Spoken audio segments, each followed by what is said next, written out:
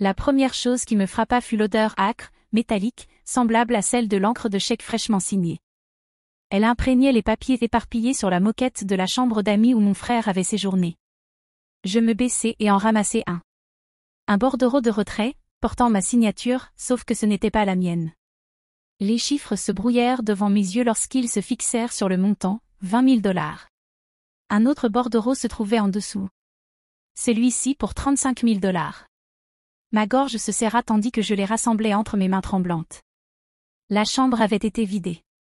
La valise que j'avais vue dans le coin la veille avait disparu. Les tiroirs béaient, les vêtements envolés. Même les cadres photos que j'avais laissés sur la commode, des clichés de nous enfants à Cannon Beach, nos parents souriant en arrière-plan, étaient vides. Leurs vitres reflétaient la lumière du matin, mais ne montraient plus rien derrière. Sur l'oreiller, je trouvai un mot griffonné de la main de mon frère. Les mots étaient précipités mais indéniables. Désolée, Selena. Cassandra dit que nous avons besoin d'un nouveau départ. Ne nous cherche pas. Je m'affalai sur le bord du lit, le matelas encore marqué par l'endroit où il avait dormi. Dorian avait 41 ans, pourtant il s'était volatilisé comme un adolescent fuyant après le couvre-feu. Sauf qu'il avait emporté bien plus que des heures volées, il avait pris presque tout. Je pressai les bordereaux falsifiés contre ma poitrine, tentant de calmer ma respiration. Ce n'était pas un simple larcin. C'était une trahison gravée de mon propre nom dans une encre que je n'avais jamais touchée. Du rez-de-chaussée monta un bruit de pas léger, rapide, trop léger pour être ceux d'un adulte. Mon fils Rowan était réveillé, et je savais que dans un instant il verrait le désastre laissé derrière. Maman? La voix de Rowan venait de l'encadrement de la porte. Fine mais posée, il se tenait là dans son t-shirt froissé, ses cheveux encore ébouriffés par le sommeil. Ses yeux parcoururent le désordre des papiers sur mes genoux et les tiroirs vides derrière moi. Qu'est-ce qui s'est passé? J'ouvris la bouche, mais les mots restèrent coincés. Comment dire à mon fils de 12 ans que son oncle avait tout volé? Je cherchais une réponse, mais Rowan entra dans la pièce avant que je ne parle. Il s'accroupit à côté de moi, examinant les bordereaux dans mes mains. Un instant, je me préparais aux larmes, à la panique. Mais à la place, une étrange sérénité se dessina sur son visage. Il sourit. Maman, ne t'inquiète pas. J'ai réglé ça. Je le fixai. Qu'est-ce que tu veux dire par régler? Rowan sortit un téléphone de sa poche, pas son vieux modèle rayé, mais un appareil noir et lisse que je ne reconnus pas. En quelques gestes, il me montra une photo de profil tirée d'une base de données que je n'avais jamais vue. Sous la photo, un nom, Catherine Voss. Mandat dans 3 États, accusation allant de fraude à agression. C'est Cassandra, dit Rowan d'un ton neutre. La copine de ton frère n'est pas celle qu'elle prétend être. Ma bouche s'assécha. Comment as-tu pu? Je l'ai surveillé, m'interrompit Rowan, d'une voix étrangement adulte. Il croyait que ses coups de fil nocturnes étaient secrets. J'ai traqué son téléphone. J'ai copié ses textos. Une fois que j'ai vu que son nom n'était pas réel, j'ai fouillé plus loin. Les registres publics sont publics, maman. Il suffit de savoir où chercher. Je m'agrippai au bord du lit pour me stabiliser. Mon fils, qui laissait encore traîner des Legos dans le salon, parlait comme un détective privé. Ses petits doigts faisaient défiler des documents, des rapports d'arrestation, des adresses. Il leva les yeux vers moi avec une certitude que je n'osais affronter. Tout est réglé. Oncle Dorian n'est pas aussi malin qu'il croit. Un soulagement traversa mon corps, entremêlé d'un malaise profond. Avant que je ne trouve une réponse, un coup sec retentit à la porte d'entrée. Le coup résonna à nouveau, plus ferme cette fois. Je me forçai à descendre, Rowan sur mes talons. À travers la vitre, j'aperçus 2 officiers sur le perron, leur uniforme net se détachant dans la grisaille du matin à Portland. Madame Marlowe, demanda le plus grand lorsque j'ouvris la porte. Sa voix était professionnelle, mais pas dure. Je suis l'inspecteur Alverson. Voici l'agent Diaz. Pouvons-nous entrer? Mon estomac se noua. Je m'écartai, les guidant vers le salon. Rowan s'installa dans le fauteuil, ses petites mains soigneusement croisées sur ses genoux. Alverson sortit un dossier de sous son bras et l'ouvrit sur la table basse. Nous avons reçu un tuyau tôt ce matin. Votre frère, Dorian Marlowe, a été appréhendé dans une station-service sur Elite 5, à environ 60 km au sud. Il était avec une femme identifiée comme Catherine Voss. Le nom tomba comme une pierre. Je jetai un regard à Rowan, dont l'expression ne changea pas. Diaz fit glisser des photos vers moi, des images de surveillance granuleuse montrant Dorian retirant de l'argent au distributeur, Catherine à ses côtés. Des relevés bancaires avec ma signature falsifiée. Des transcriptions de textos planifiant leur fuite. L'épreuve était accablante. Je portais une main à ma bouche. Oh mon Dieu, murmurai-je, des mots sincères dans leur choc, sinon dans leur surprise. Alverson adoucit son ton. Les fonds ont été récupérés. Nous aurons besoin que vous confirmiez que les retraits n'étaient pas autorisés, mais il semble que vous récupérerez la plupart de votre argent. Je hochai vite la tête, feignant d'examiner les documents tandis que mon esprit s'emballait. Le tuyau dont il parlait, il n'était pas anonyme du tout. C'était Rowan. Mon fils de 12 ans avait fourni aux autorités tout ce dont elles avaient besoin. Je forçai ma voix à rester ferme. Je ne savais pas qu'il était capable de ça. Je n'aurais jamais imaginé.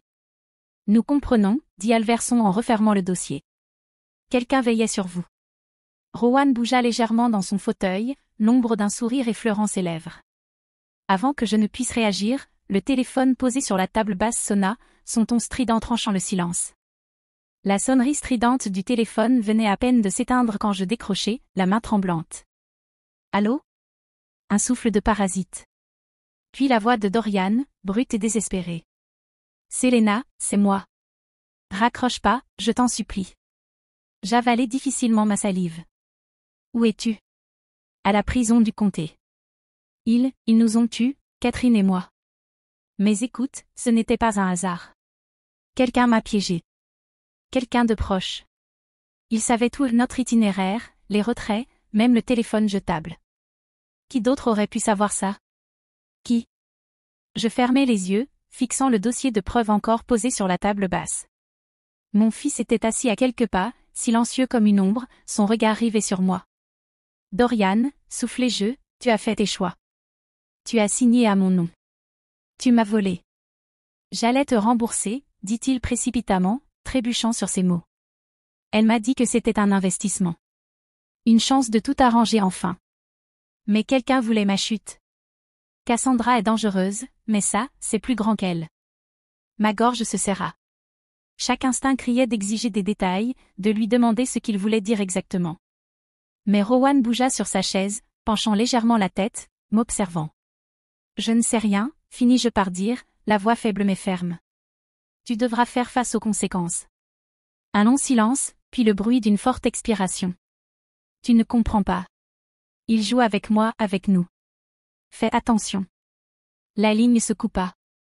Je reposai lentement le combiné, ma paume humide de sueur. La pièce était silencieuse, hormis le tic-tac de l'horloge murale. Rowan se renversa en arrière, croisant une jambe sur l'autre avec un geste trop adulte. Peut-être qu'elle l'a trahi, dit-il presque légèrement. Les criminels se dévorent entre eux. La simplicité de cette suggestion aurait dû me rassurer, mais au lieu de cela, elle s'enracina dans ma poitrine, froide et lourde, tandis que la lumière de l'après-midi glissait sur les lattes du plancher. Ce soir-là, après le départ de la police et le silence pesant de la maison, je trouvai Rowan assis à la table de la cuisine, un cahier ouvert devant lui. Son stylo glissait avec constance, ses sourcils froncés par la concentration. Il ne remarqua pas ma présence dans l'embrasure de la porte. Devoir, demandai-je, essayant de paraître naturel. Il secoua la tête sans lever les yeux. Une lettre pour l'oncle Dorian. Je pense que ça pourrait l'aider. Je voulus lui dire que ça ne servait à rien, que Dorian ne méritait pas un seul mot, mais le ton calme et déterminé de Rowan m'arrêta. Je le laissai faire, même si un malaise me parcourait la peau. Plus tard, une fois qu'il fut monté, je trouvai la lettre sur le comptoir, soigneusement pliée avec « oncle » écrit sur le devant. Ma raison me disait de la laisser, mais mes mains agirent toutes seules.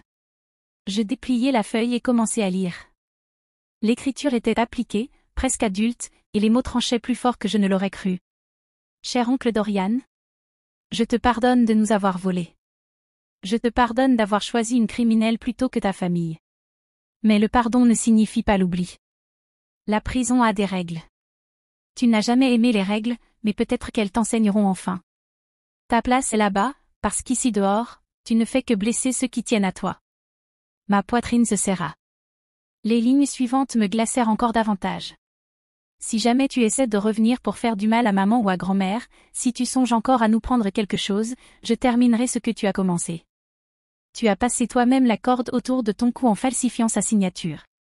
Je m'assurerai seulement qu'elle tienne. Je reposai la lettre, les mains tremblantes. Ces mots n'avaient pas été écrits par un garçon de 12 ans. Ils avaient été forgés par quelqu'un qui savait comment blesser, comment dominer. Un pardon drapé de menaces. Une clémence aiguisée en lame. L'effroi et l'admiration luttaient en moi. C'était mon fils, mon doux garçon, qui demandait encore une couverture supplémentaire la nuit. Et pourtant, il façonnait là des phrases comme un homme ayant étudié la cruauté. Je repliai la feuille, la remis à sa place et m'appuyai sur le comptoir pour retrouver mon équilibre. À l'étage, j'entendis la porte de Rowan se fermer. Et dans le silence qui suivit, un nouveau coup résonna à la porte d'entrée, plus lourd que le précédent. L'écho retentissait encore quand je glissai la lettre de Rowan sur le comptoir. Je sursautai, agrippant le bord de l'évier pour me stabiliser. Quand j'ouvris la porte, une femme en blazer bleu marine se présenta avec une efficacité sèche. Jennifer Walsh, service de protection de l'enfance. Puis-je entrer? Ma gorge se dessécha. Bien sûr, soufflai-je, en m'écartant.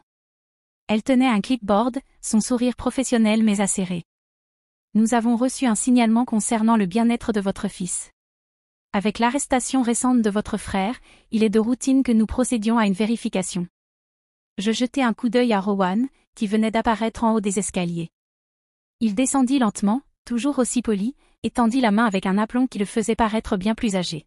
« Bonjour, madame. » Jennifer sembla impressionnée. Poli, en plus. C'est agréable à voir. Elle demanda à voir sa chambre. J'eus un moment d'appréhension, mais Rowan ouvrit la porte avec un geste presque théâtral. Tout était impeccable, lit fait, livres rangés par matière, vêtements pliés dans les tiroirs. Son ordinateur portable était fermé sur le bureau, une rangée de crayons taillés alignés à côté. Jennifer prit des notes, hochant la tête. Impeccable. Vous pouvez être fière, Madame Marlowe. Rowan répondit à ses questions avec aisance, à propos de l'école, de ses amis, de la façon dont il vivait l'arrestation de son oncle. Ses mots étaient équilibrés, ni défensifs, ni appris par cœur, juste assez de détails pour paraître naturels. Parfois je me sens triste, admit-il doucement. Mais maman veille toujours à ce que j'aille bien. Le visage de Jennifer s'adoucit. C'est une façon très saine de l'exprimer. Lorsqu'elle eut terminé, elle rayonnait presque. Votre fils est l'un des enfants les plus équilibrés que j'ai rencontrés dans une telle situation. Je vais rédiger un rapport positif, il est peu probable qu'un suivi supplémentaire soit nécessaire. Je fis un sourire forcé, la remerciai et la raccompagnai. Dès que la porte se referma, Rowan se tourna vers moi avec un petit sourire satisfait. Facile, dit-il, se dirigeant vers la cuisine comme si de rien n'était. Je restai figé dans le couloir, le cœur battant à tout rompre, l'écho des éloges de Jennifer résonnant encore dans mes oreilles. De l'extérieur, le monde voyait la perfection. À l'intérieur, je sentais le doute s'enraciner, et il devint plus fort lorsque le téléphone sonna à nouveau, affichant le numéro de la prison du comté sur l'écran. Le téléphone sonna juste après minuit, sa tonalité perçante transperçant le silence de la maison. Je le cherchais sur la table de chevet, et une voix sèche à l'autre bout m'annonça que mon frère avait été transporté en urgence de la prison à l'hôpital. À mon arrivée, les néons semblaient plus durs que d'habitude, bourdonnant au-dessus du couloir stérile. Une infirmière me conduisit à sa chambre. Dorian était allongé sur le lit, la peau pâle, les ecchymoses sur son cou sombre et ouverte. Pendant un instant, je ne vis que le garçon qu'il avait été, imprudent mais riant, toujours à me tirer dans les ennuis. Puis l'homme qui avait vidé mes comptes revint en force dans mon esprit. Ses paupières s'ouvrirent en battant. Selena, rocatait-il, chaque mot raclant sa gorge. Tu dois écouter. Surveille ton garçon. Il m'a surveillé. Je m'accrochais à la barre du lit pour me stabiliser. Tu es faible. Tu dois te reposer. Non, murmura-t-il avec force. Rowan, il savait tout avant même que j'agisse. Il savait. Cassandra dit qu'il lui a donné des frissons, comme s'il pouvait la voir à travers. La porte grinça, et notre mère Martha entra en hâte. Elle serrait son sac contre sa poitrine comme une armure, les yeux déjà brillants de larmes. Elle alla directement au chevet de Dorian, lissant ses cheveux de main tremblante. « Ne commence pas avec ça, dit-elle sèchement. Tu nous as trahis, Dorian. Ne mêle pas Rowan à ta culpabilité. C'est un bon garçon. La seule chose bien qui reste. » Le regard de Dorian se fixa sur le mien, désespéré et suppliant. s'il te plaît, surveille-le juste. Je hochai légèrement la tête, bien que ma gorge se serrait de mots que je ne pouvais prononcer. Martha me tira doucement par le bras. Allons-y. Il a besoin de sommeil, pas de mensonges. Nous sortîmes dans l'air nocturne, mais la voix de Dorian s'accrocha à moi, faible et brisée, surveille ton garçon. Elle résonna jusqu'au retour à la maison, plus forte que le bourdonnement des pneus sur la route vide, et me suivit alors que je déverrouillais la porte d'entrée, la maison m'attendant dans le silence. De retour de l'hôpital, la maison était silencieuse, mais mes nerfs étaient à vif. Je n'avais même pas enlevé mon manteau que le téléphone sonna à nouveau. Le numéro m'était inconnu, mais quelque chose en moi savait avant que je ne décroche. C'est Lena. Une voix de femme siffla, aiguë et venimeuse. C'est Catherine. Ou devrais-je dire Catherine Voss. Tu te crois maligne, n'est-ce pas? Je sais qui a informé la police. Ce n'était pas de la chance. Et si tu ne veux pas que je dise la vérité à ton frère, tu ferais mieux de. Le téléphone fut arraché de ma main avant qu'elle ne puisse finir. Rowan, soudain à mes côtés, pressa le combiné contre son oreille. Sa voix était calme, presque amusée. Si tu savais vraiment quelque chose, tu n'appellerais pas depuis un téléphone jetable au milieu de la nuit. Tu serais en train de fuir ce que, d'ailleurs, tu devrais faire. Il y eut une pause à l'autre bout, puis un juron étouffé avant que la ligne ne se coupe. Rowan me rendit le téléphone, le visage impassible. Elle bluffe, maman. Les arnaqueurs essaient toujours de faire peur. C'est leur spécialité. Je hochai la tête, bien que mon cœur battait toujours à tout rompre. Comment as-tu su que c'était elle? Il haussa légèrement les épaules, trop légèrement. Qui d'autre appellerait? Ne t'inquiète pas, elle n'a rien. Mais pendant l'instant le plus bref, juste avant que son masque ne se replace, je l'aperçus. Quelque chose qui scintillait dans ses yeux. La panique.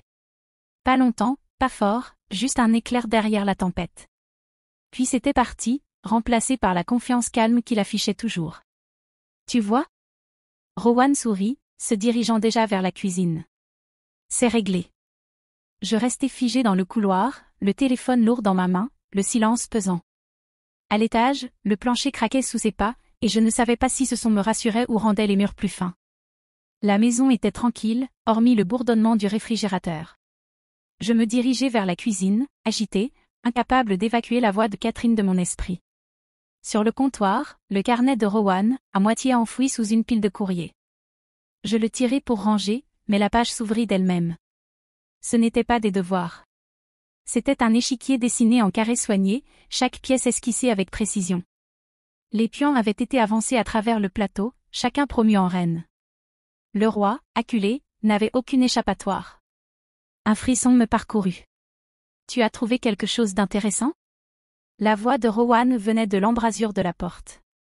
Il entra, pieds nus silencieux sur le carrelage, l'expression indéchiffrable. Je levai le carnet. Qu'est-ce que c'est? Il pencha la tête, m'observant. C'est de la stratégie, maman. Position de fin de partie. Les pions ne sont pas faibles s'ils continuent à avancer. Ses yeux brillaient. La famille, c'est ce que tu protèges, pas ce que tu pardonnes. Je reposai le carnet, forçant ma voix à rester stable. Rowan, tu as 12 ans. Tu n'es pas censé porter le poids des péchés de tout le monde sur tes épaules. Tu dois en parler à quelqu'un, un conseiller. Il doit y avoir des limites. Pour la première fois, son masque vacilla légèrement. Il me regarda, quelque chose de dur scintillant sous la surface, puis il sourit avec aisance. Si c'est ce que tu veux, d'accord, j'irai. Je dirai tout ce qu'il faut. Ce n'est pas ce que je voulais dire, dis-je vite. Je veux que tu sois honnête. Que tu te sentes encore comme un enfant. Son sourire persista, mais ses mots me tranchèrent comme du verre. Je peux faire ça, maman. Tant que personne ne nous menace à nouveau. Le ton détaché me serra la poitrine parce que je savais que ce n'était pas une promesse. C'était une condition. Je ramassai le carnet et le glissai dans un tiroir, les mains tremblantes, tandis que Rowan se servait un verre de lait comme si rien ne s'était passé. Le bruit de la porte d'entrée s'ouvrant rompit le silence, et la voix fatiguée de ma mère résonna dans le couloir. Le lendemain matin, l'odeur des pancakes flottait dans la maison. Je me dirigeai vers la cuisine pour trouver Rowan près de la cuisinière, retournant des cercles dorés sur une assiette, tandis que ma mère était assise à table, rayonnante comme si rien n'avait fissuré notre monde. Il avait l'air du garçon qu'il était censé être, pieds nus, cheveux en bataille, fredonnant faux. « Bonjour, maman, dit-il en glissant une assiette vers moi. Le café est prêt aussi. Je fis un sourire forcé, mais la nuit précédente pesait lourd dans ma poitrine. À l'aube, l'hôpital avait appelé. Dorian voulait que je vienne. Sa voix brisée, suppliante, dit la vérité sur Rowan. Il suppliait, s'il te plaît, Selena, avant qu'il ne soit trop tard. Je m'assis à son chevet, entendant le même refrain désespéré qu'il avait murmuré auparavant. Mais en le regardant, vaincu, enchaîné par ses propres choix, je réalisai que révéler Rowan ne le sauverait pas. Cela ne ferait que déchirer ce qu'il restait de notre famille. De retour à la maison, je montai la lettre de Rowan à l'étage et la glissai dans le coffre-fort ignifuge où nous gardions les actes de naissance et les papiers d'assurance. Je tournai la clé lentement, le clic de la serrure sonnant définitif. La lettre resterait cachée, comme la vérité. Quand je retournai à la cuisine, Rowan était déjà assis, passant le sirop à grand-mère avec un sourire poli. Ses yeux croisèrent les miens, calmes et impassibles. Puis il sourit, large, innocent, le portrait de n'importe quel garçon de 12 ans. Je m'assis en face de lui, le goût des pancakes se changeant en cendres dans ma bouche, et me répétais que le silence était protection. Même si je me demandais quel jeu mon fils pourrait jouer ensuite.